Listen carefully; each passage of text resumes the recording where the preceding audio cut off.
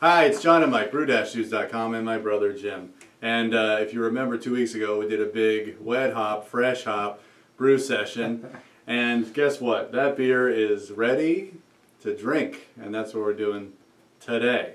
So, so let's just recap. About 4 pounds of hops went into this particular beer. Magnum hops, Chinook, Cascade, and the majority of it was Mount Hood. So I've had some. Jim, what do you think?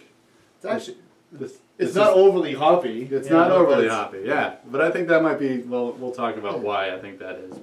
But what else do you think? And Jim? it has like a hint of grapefruit. Is the only thing. A hint. Yeah, the only thing I can really pick out. Michael. There's definitely a citrus juice flavor in here, which is interesting because these are Mount Hood hops, right? Predominantly.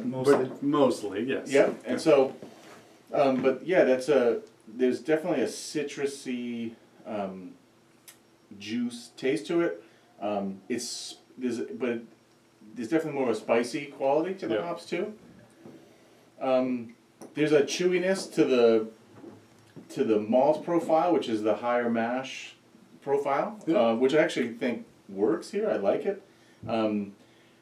I can definitely taste the Maris Otter though. I mean, that Maris Otter base, it's very biscuity, it's very bready, chewy-like. And seeing how it's not super hoppy or really bitter, I think that the Maris Otter malt profile saves it, right? As opposed to if we had had a huge hoppy something, maybe that malt bill would be lost or at least out of line with that kind of profile. Yeah. But because of that base malt, the amount of hop presence in this, it saves it. More balanced? Yeah. Okay. Yeah. It's like saving it from it being out of whack, I guess. Yeah, you usually don't push for this much biscuit bread flavor in like a real strong IPA. Sure. You know. Sure.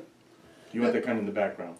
So yeah, I mean, I think it's not as you know, hop overwhelming. I think we talk about the amount of wet hop we threw into it.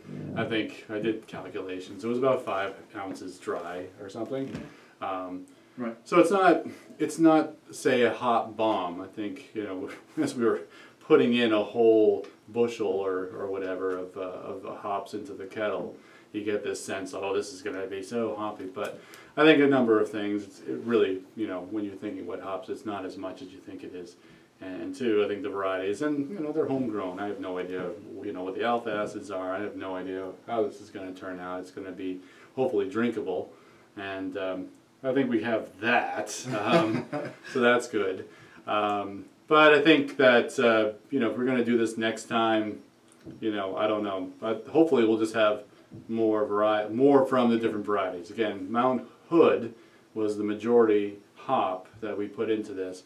Hopefully the Cascade and the Chinook have bigger yields next year, and you know, that should really bring out more citrusy notes, I'm sure, and more hopefully piney, earthy tones as well. This is that Giga yeast, right? Yes. So yeah, that was the other thing. So this is my first foray into that.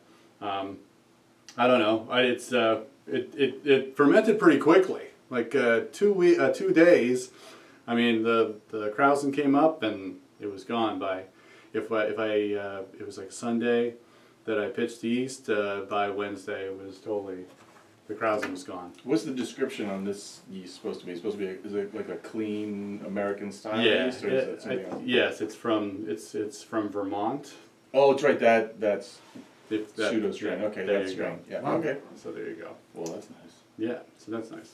All right, so that is the outcome of the big, wet, fresh hop brew session. Yeah, homegrown hop session that we brewed in. We tagged him along. You got a pretty good pour.